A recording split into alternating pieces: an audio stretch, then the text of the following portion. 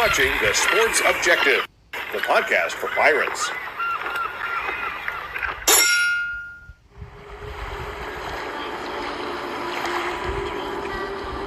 You're listening to A Pirate's Life for Me on The Sports Objective. Join us every Friday at noon as we catch up with a member of Pirate Nation. Here's your host, Bubba Rosenbaum.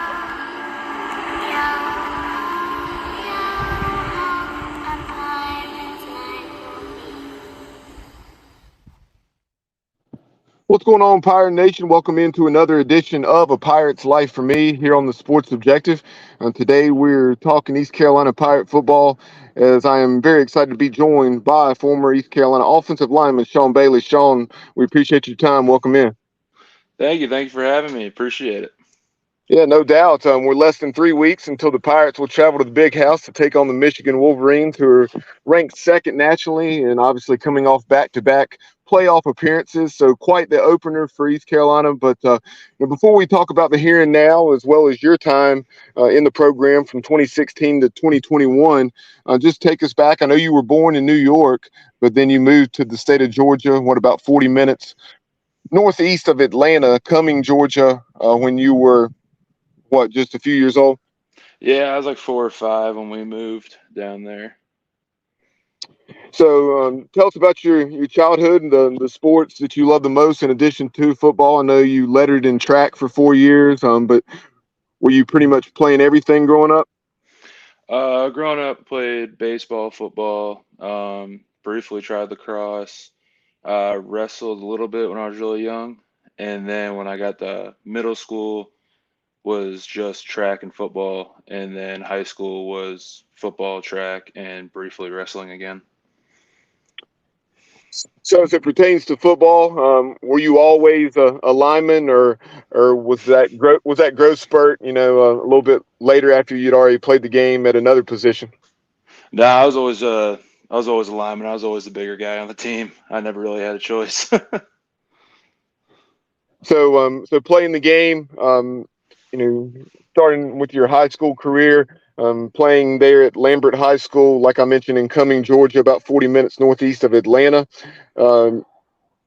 Just talk about your high school career. Give us a brief bio, if you will, and then your recruitment there in your junior and senior seasons, because I know in addition to East Carolina, you were recruited heavily by Cincinnati and Purdue, and then also several other ACC and SEC programs.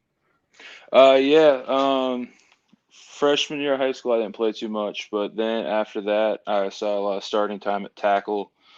My junior year, I ended up committing to Cincinnati, and then didn't really hear anything from any other schools until after my senior season had ended.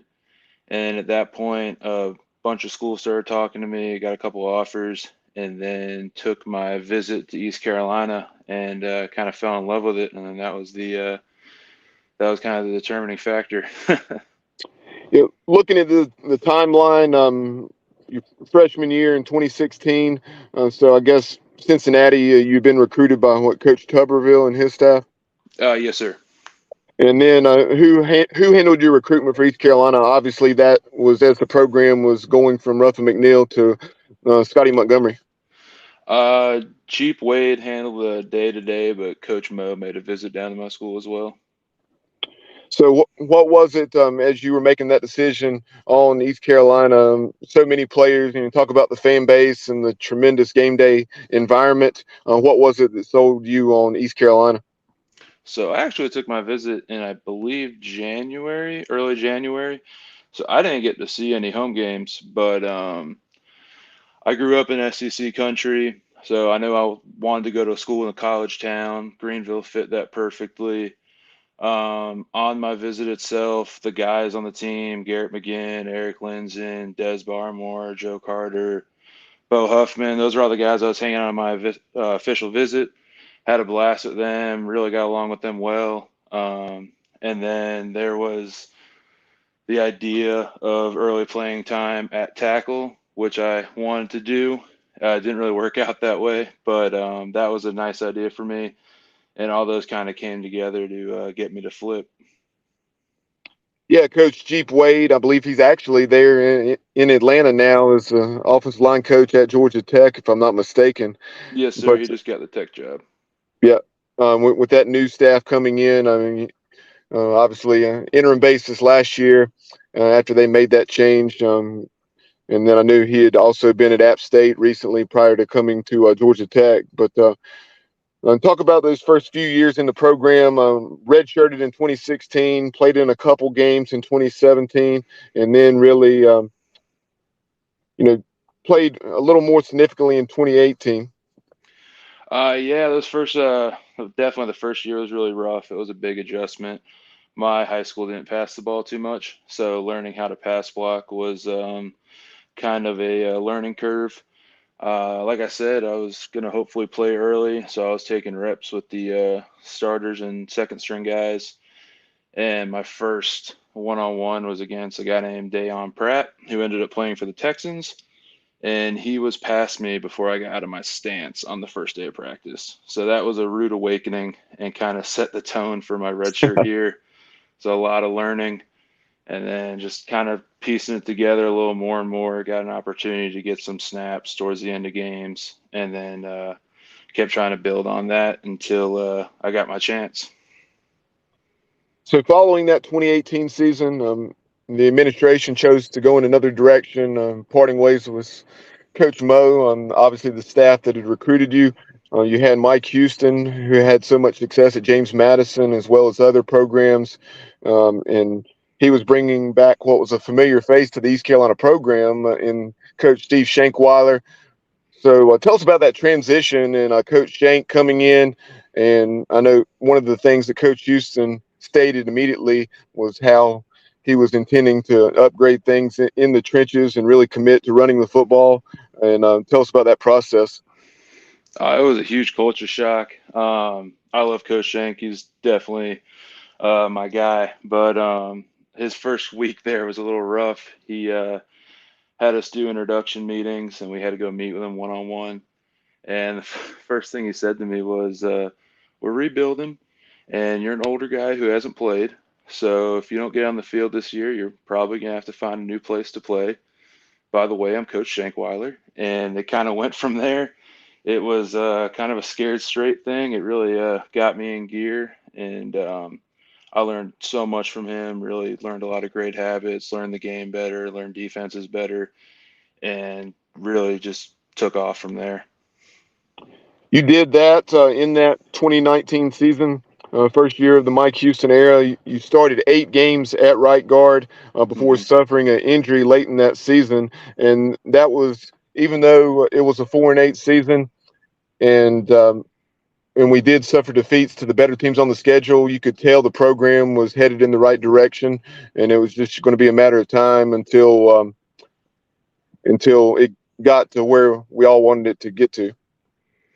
Yeah, absolutely. We felt that way in the locker room too. Just the way the staff handled things and trying to get wins together with the shape of the program. They did a really good job. They worked us into shape. They cut some of the fat, and they got us going in the right direction. You talk about what Coach Shanks said to you individually in your meeting.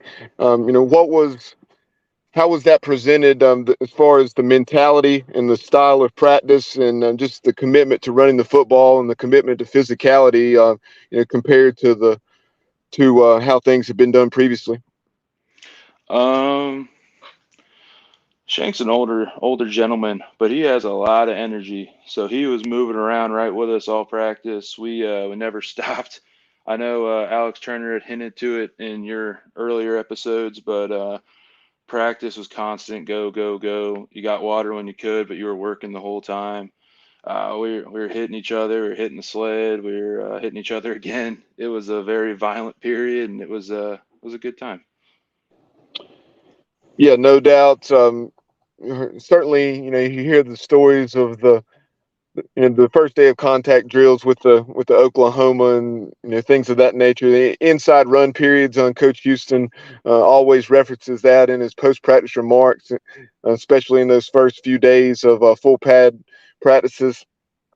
And one of the things that you saw, going in from 2019 to 2020, just slowly but surely we were becoming more efficient at running the football.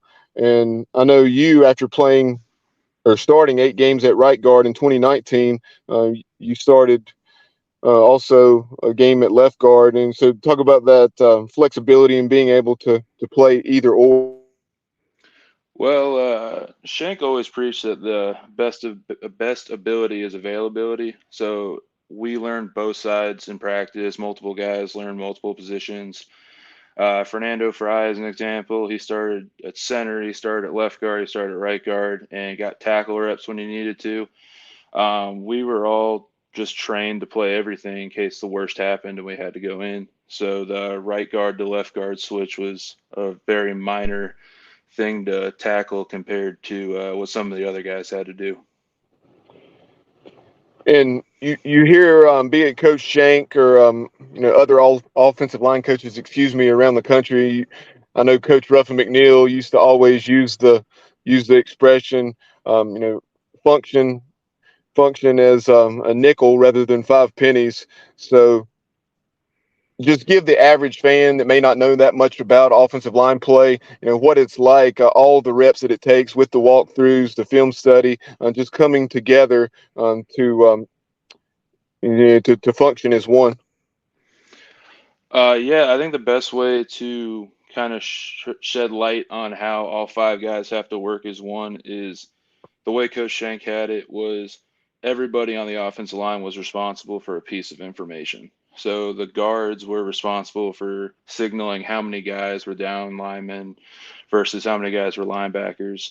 The tackles were responsible for alerting any perimeter threats. The center was responsible for declaring who or which double teams are supposed to work to who was responsible for which protection we were going to block. And it was a lot of information that was completely dependent on the guy next to you. And you weren't able to do your job unless that guy held up his end.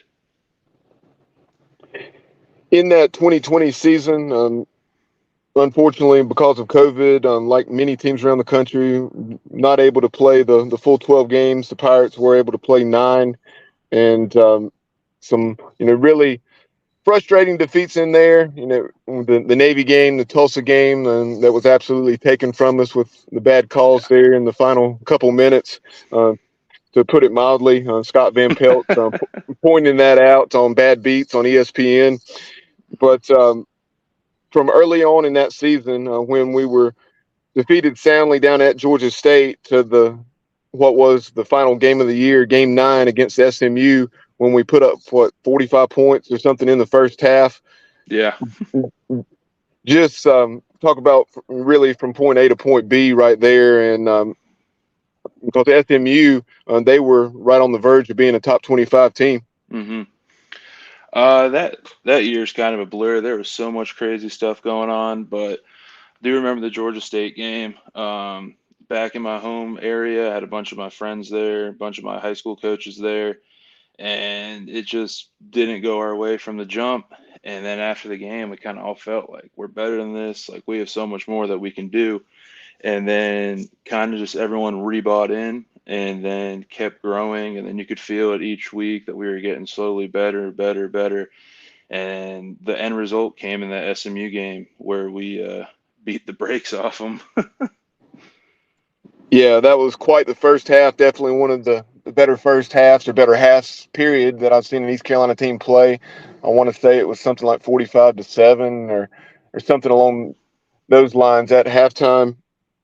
But despite the 3-6 record, you really felt like things. I mean, we were, like I mentioned, very close to being 5-4, 6-3, and going to a bowl that season. So going into 2021, very high expectations, and you guys were able to deliver on those, going 7-5, and able to produce the first 1,000-yard rusher in Keaton Mitchell. He ran for a little over 1,100 yards that season. Before running for 1,400 plus a year ago in 2022. But I know that's something you guys like yourself, Fernando Fry, Noah Henderson, Justin Chase, have to take a lot of pride in, because that was the first time we'd had a 1,000-yard rusher since Ventavious Cooper way back in 2013. Yeah, absolutely. It's always nice when the guys in the backfield get success. It makes us feel good. And then it helps when the guys are as awesome as Keaton Mitchell or Rajay Harris, who just take care of us, don't think it's all them. They acknowledge that O-linemen have a piece in it, and they really share the accomplishment with us, which was an amazing feeling. Plus, it's really nice having gifted guys like that who can make up for your mistakes if you happen to miss a block. But they definitely earned every inch of those yardage, and it was a really exciting time to be an offensive lineman with backs like that. And not to go too far down a rabbit hole and deviate from what we're discussing, but something that came to mind, I'm sure you guys, went out to eat as a position group, and that and perhaps Holton or um, Keaton Mitchell, et cetera, may take care of you guys for the holes you opened up and the protection provided for Holton. But I know last year, with the NIL being part of things, how jealous were you perhaps that those guys were able to benefit with the wings over Greenville? Oh, I was still living with an offensive lineman, so I got a little Okay, bit of that love. there you But go. yeah, I mean, offensive lineman, we're not going to get the big deals, so I'm not too jealous. I'm glad to see that they're getting some compensation for all their hard work, but nothing crazy. They still get to play the game. That's what I'm more jealous about. During your time, who could down the most wings? Ooh. Probably DeMarcus Shaw or Fernando Fry. Just curious, because I know a good family friend of ours who played way back in the mid '70s, early '70s under Sonny Randall. He was telling my dad and I stories about how he and the teammates would go to Parker's Barbecue, and that they would eat so much food of family style they would get cut off. And they said you can take them all the corn sticks and hush puppies they want, and all the sweet tea, but no more chicken and barbecue. Yeah, O lineman can definitely eat. We used to have cookouts here and there together, and we would tear through those giant 50 burger boxes from Sam's Club.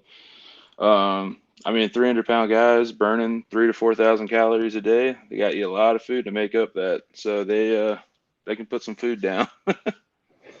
But thinking about your years in the program, what are some games that come to mind as far as ones that really stand out for one reason or another?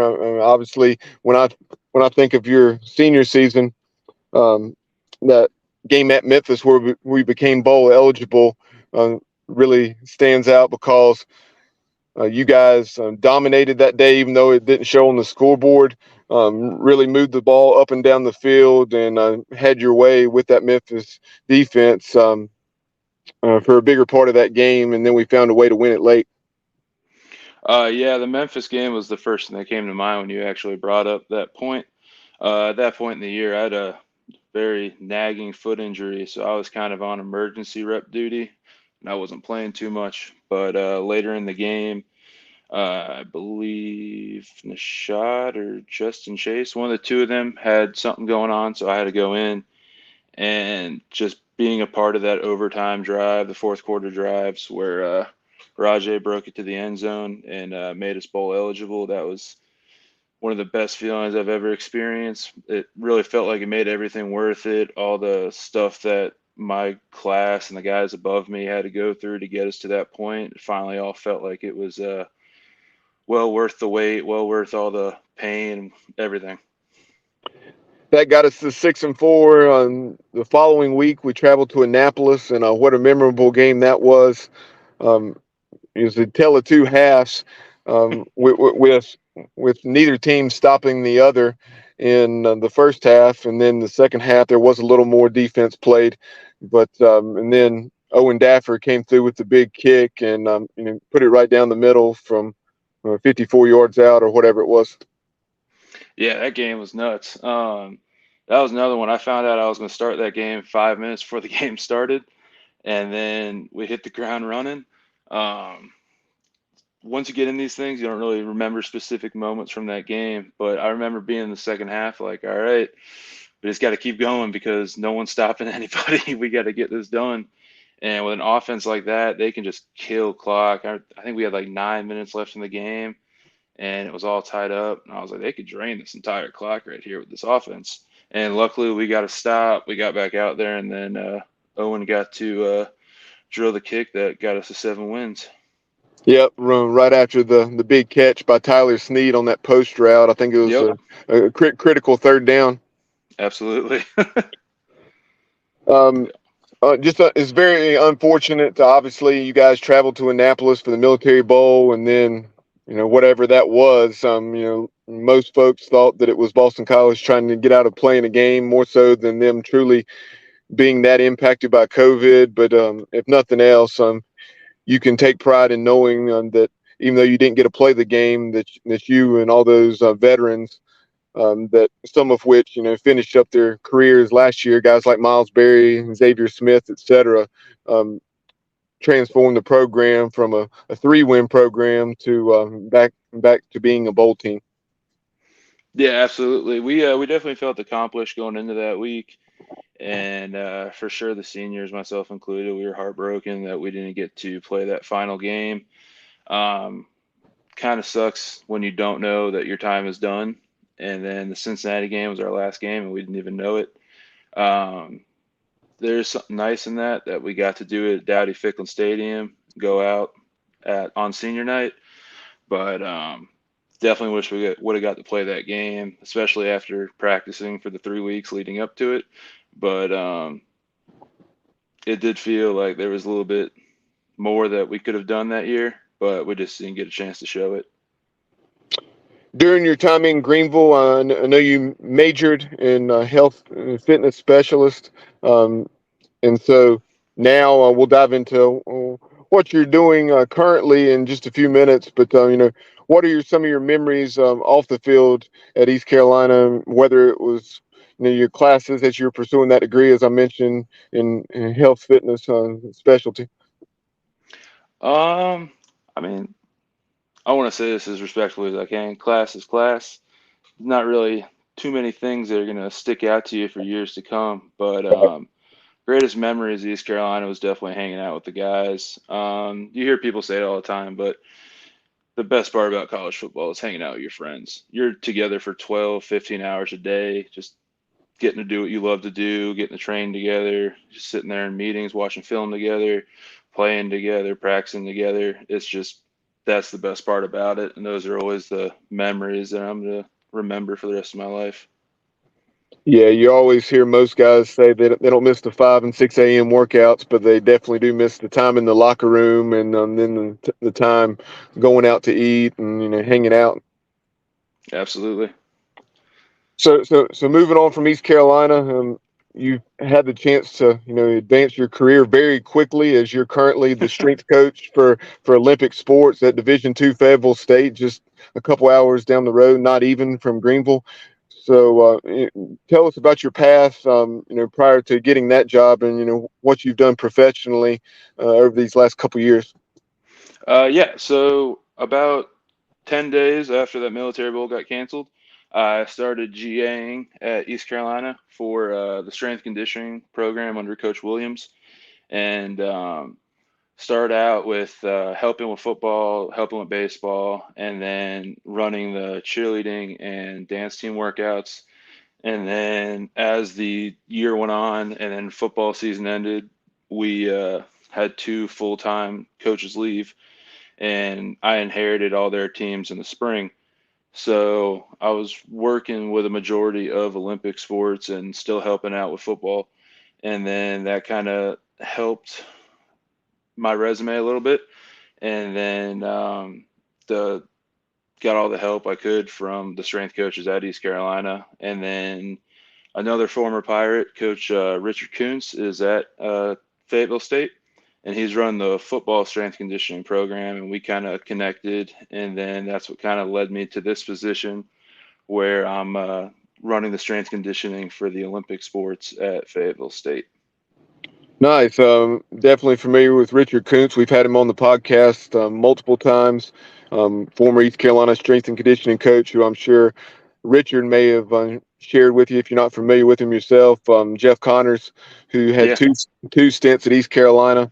I had Um, Coach C. well, yeah, that's right. Yeah, during the Coach Mo years. Sorry, Yes, yeah, sir. you had him for 3 years. So I yeah, remember Coach C's workouts. what are some of your best memories of Coach C? Those guys from back in the '90s always talk about the 300s.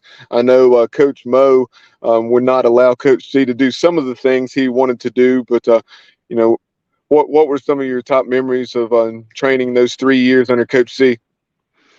Um, well, we had a freshman developmental lift, and because I wasn't playing as much as I would have liked to, I got the opportunity to do the developmental lift for 3 years in a row. And so I got to see Coach C at 6 a.m. every single day for 3 years, and definitely got much stronger. Hopefully, got a little bit faster. But I remember those. I remember our power units that always seemed to happen right after the 4th of July, which is a hellish run that we all hated, but always managed to get through it. And I remember every Friday morning, he would have a member of the military come in and speak to us. And they would tell us about trusting your teammates, being accountable, all these life lessons that we were learning in football and seeing how it was applicable in the real world. And that really stood out to me. And I tried to take a lot of that with me after that meeting ended. Yeah, Coach C, he does a great job with his podcast on our platform here, Absolute Empowerment, each and every Monday night at 7 o'clock. Most recently for our listeners, if you've missed his episodes with first round draft pick linebacker Robert Jones from the 1991 team, and then also George Kuntz, who had about a decade career with the Green Bay Packers. Definitely go back and check those out. But what were some of the biggest takeaways, be it from Coach C and Coach Big John Williams, that you've been able to apply to your coaching there at Fayetteville State? Well, I had Coach Williams second for my more professional years, and then I trained under him as an intern and as a GA. So I would say that pretty much my coaching philosophy is shaped after his, and the lessons I've learned from him directly impact my coaching of athletes at Fayetteville State. And remind our viewers, obviously Olympic sports, and so how many sports are you responsible for? So I'm working with men's basketball, women's basketball, volleyball, track and field, cross country, and bowling, and men's golf. Bowling. That's interesting. They're a good group. They're very smart. They're all on the academic wall. How many people are on a bowling team? About 8. So I haven't met with them yet because I've only been here in July. So I've only had the guys that were here during the summer, but I haven't had the full slate of athletes yet. Gotcha. I was guessing that it was probably like tennis or golf, something like that. Yeah, it could be. I'll find out very soon. So, kind of shifting gears a bit, something that I had heard about, going back to that Cincinnati game, the final game of your Pirate career.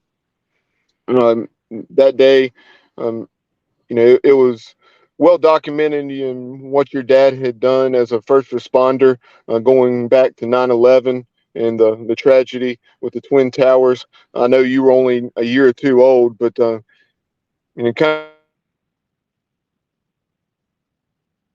of I'm sorry. realized You broke up there. I didn't hear you. as you aged and got to an age, where you would understand that situation. Um, if you would tell us some of those conversations that you and your dad had about that tragedy. Growing up, it was always the rated G version. He would kind of show me his helmet and show me things he found while he was digging, like some postcards and this bottle of perfume he found. And he kind of talked about his buddies, but didn't go into too much detail. And then he'd always come in and talk to my classes on 9/11 and do the same thing. And then my junior year of high school, in U.S. history, Coach Skeen's class, he came in and talked to us and decided that that was the day that we get the rated R version. and he just told everything. And it was so mind-blowing, and just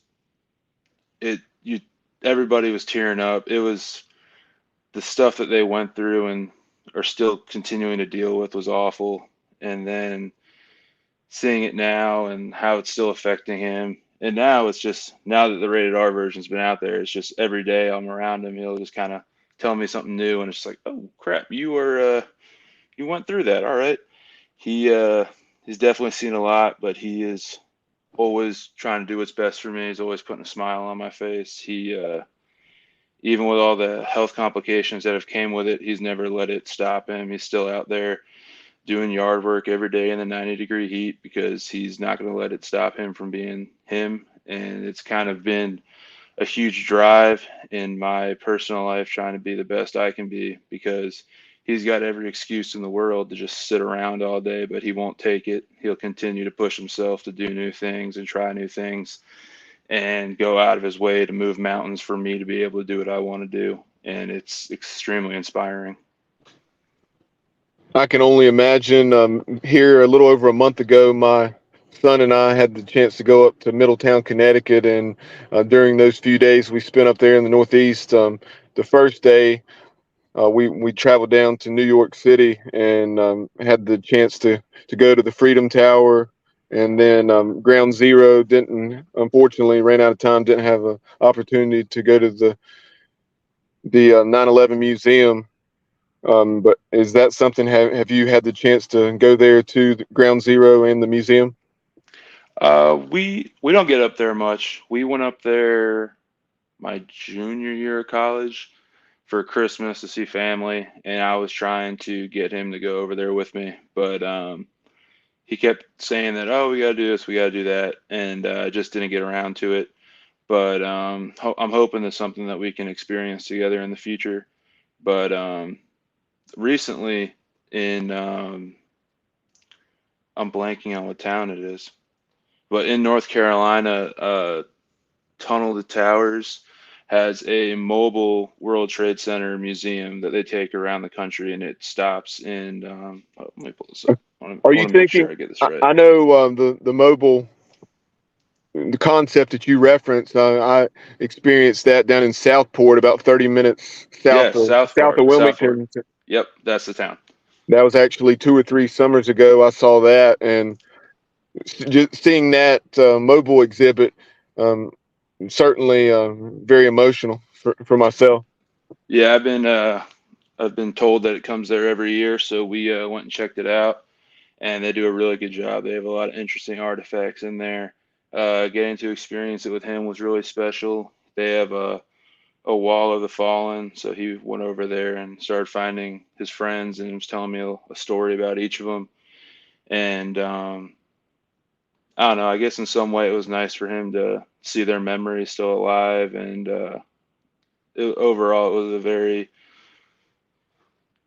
peaceful experience. Kind of shifting gears back to more pleasant topics. As you look long term, do you see yourself likely staying in strength and conditioning, or do you perhaps want to be an on the field coach? Strength conditioning has always been my goal. When my dad actually first got sick when I was in high school, my strength conditioning coaches in high school were excellent, and they really helped me get through that time in my life by showing me how hard work can help me in other aspects. And at that point, my goal was to just play good, so like my dad had something to watch on Friday nights. And their help in that time period of my life kind of showed me that I wanted to do this moving forward, so I could give back to the next generation of athletes.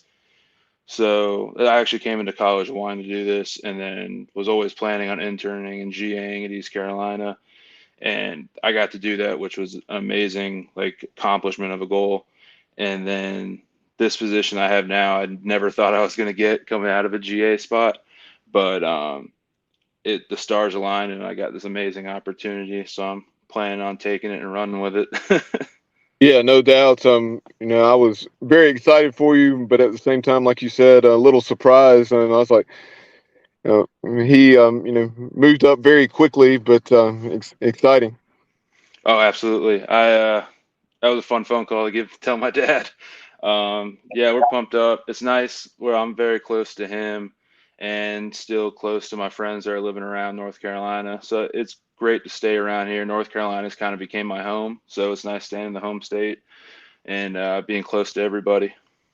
Actually, past Fayetteville State back in the spring, went to watch East Carolina play baseball against Campbell at Segra Stadium, and there with the campus, kind of snuck up on me, having not been there before, and then looked to my left, and then it was your football stadium.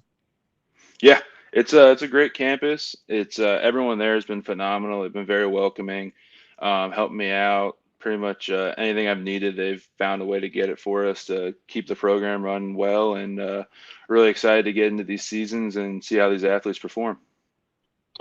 And before we, a couple more questions before we wrap this up. I appreciate you spending a little over a half hour with us Absolutely. tonight.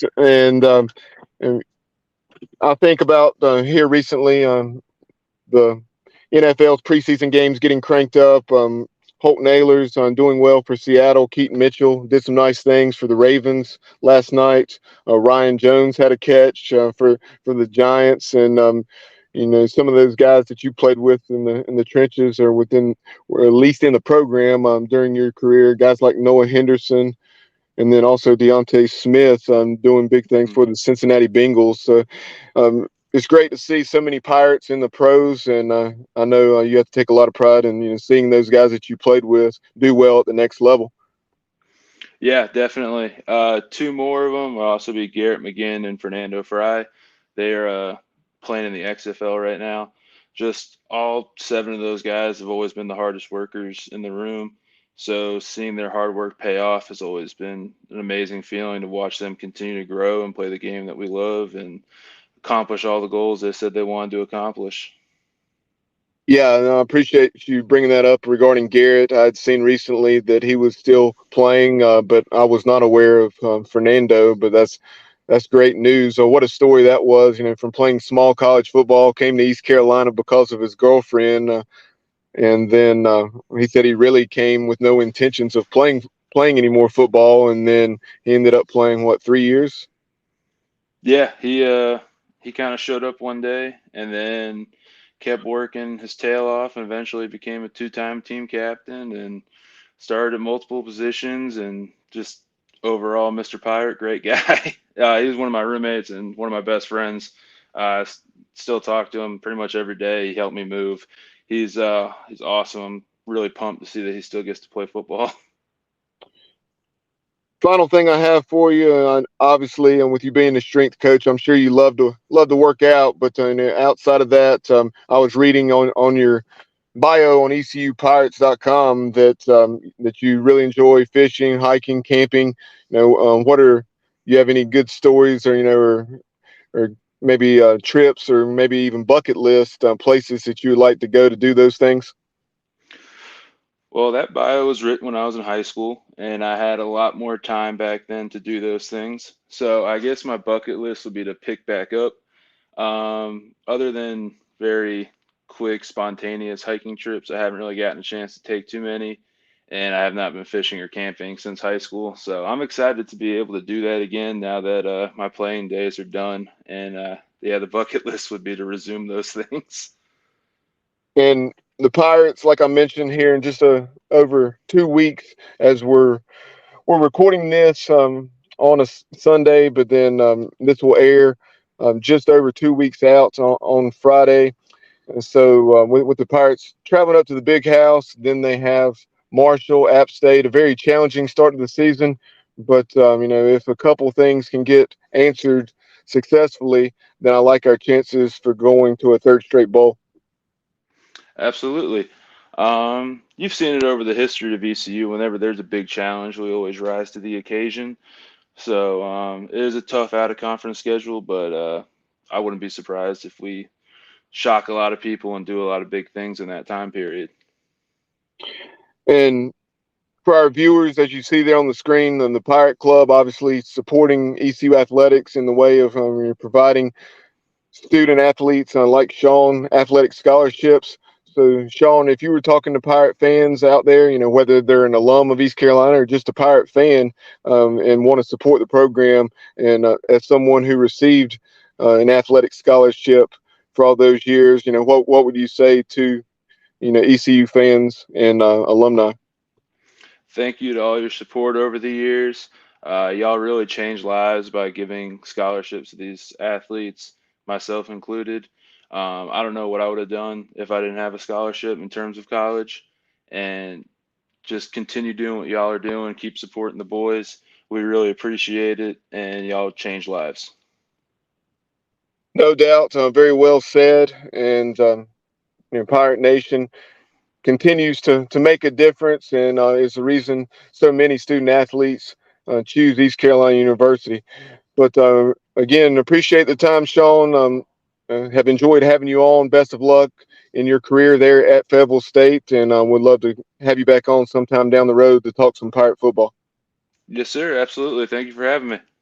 Pirate Nation, that is former offensive lineman Sean Bailey from 2016 to 2021 and current strength and conditioning coach at Division II Fayetteville State University. Be sure to follow us on social media, on X at the Sports OBJ, on Instagram and TikTok at the Sports Objective. Like and follow us on Facebook and subscribe to our YouTube channel. Until next time, I'm Bubba Rosenbaum. You've been watching and listening to A Pirate's Life for Me on the Sports Objective. Take care, and as always, go Pirates. Have a good one.